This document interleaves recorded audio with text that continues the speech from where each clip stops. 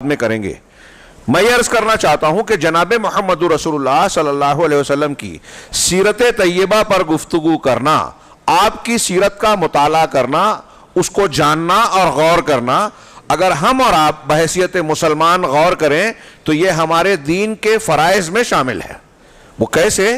سیدھی اور سادی سی بات ہے کہ آپ اور ہم جناب محمد رسول اللہ صلی اللہ علیہ وسلم کا کلمہ پڑھ کے مسلمان ہوئے، لا الہ الا اللہ کی گواہی کے ساتھ محمد رسول اللہ صلی اللہ علیہ وسلم، اس گواہی کے بعد ایک آدمی ایمان میں داخل ہوتا ہے، اور اللہ تبارک و تعالیٰ نے دین کے ماننے، اپنے سے محبت کرنے کا معیار قرار دیا اور فرمایا کہ قل ان کنتم تحبون اللہ فاتبعونی۔ ایمان کی بنیاد، توحید کی بنیاد اللہ تعالیٰ سے محبت ہے۔ اب ایک شخص اگر اللہ سے محبت نہ کرے تو وہ دائرہ اسلام میں داخل ہی نہیں ہو سکتا، اور اگر ایک مومن ہے تو ظاہر سی بات ہے کہ وہ لازمی طور سے اللہ سے محبت کرتا ہے۔ اللہ سے محبت توحید کی، اللہ پر ایمان کی جڑ اور بنیاد ہے۔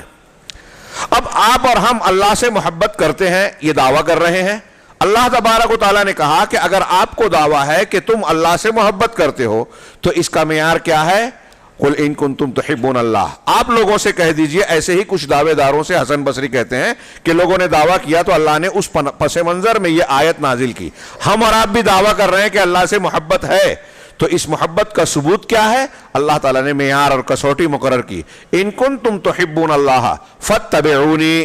اگر تم اللہ سے محبت کرتے ہو تو اس محبت کا معیار، اس کی کسوٹی، ثبوت یہ ہے کہ میری یعنی محمد رسول اللہ صلی اللہ علیہ وسلم کی اتباع کرو، آپ کی بات مانو۔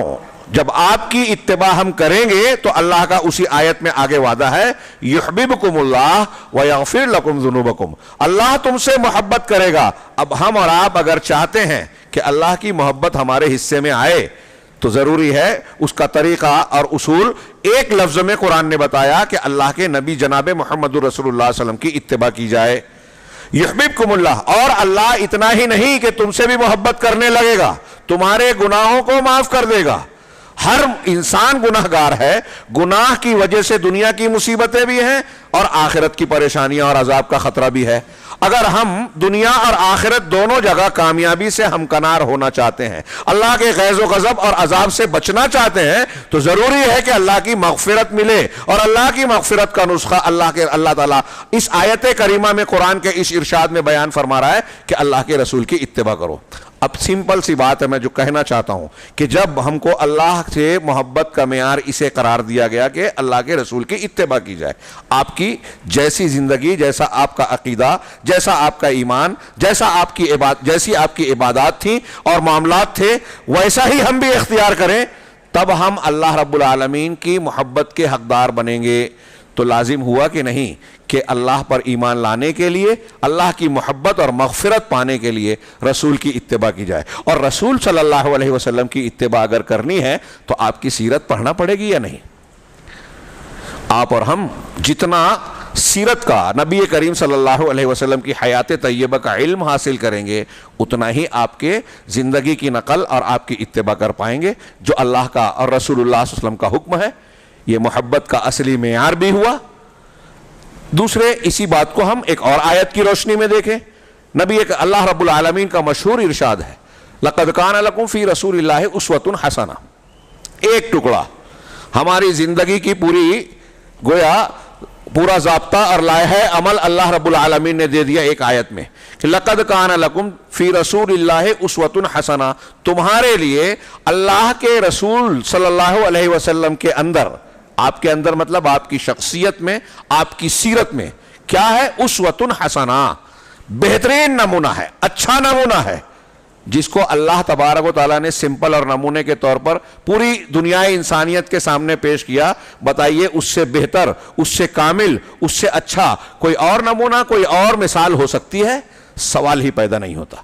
اب علامہ ابن کثیر اور دوسرے مفسرین نے کہا، علامہ ابن کثیر کہتے ہیں کہ اللہ تعالیٰ نے اس ارشاد میں یہ بیان کیا کہ سارے انسانوں کے لیے، مسلمانوں کے لیے رسول اللہ صلی اللہ علیہ وسلم کی ذات اور سیرت نمونہ ہے، عقیدے میں، عبادت میں، معاملات میں، حلال حرام میں، زندگی کے تمام تعلقات میں، آپ کو اچھا شوہر بننا ہے تو نبی صلی اللہ علیہ وسلم کی سیرت دیکھیے کہ آپ کی بیویوں کے ساتھ آپ کے معاملات کیسے تھے.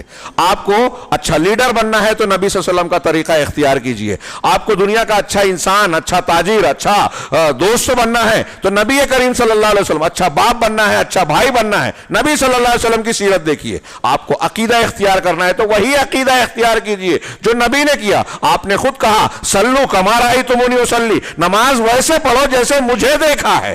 آپ کو ہم نے کہاں دیکھا؟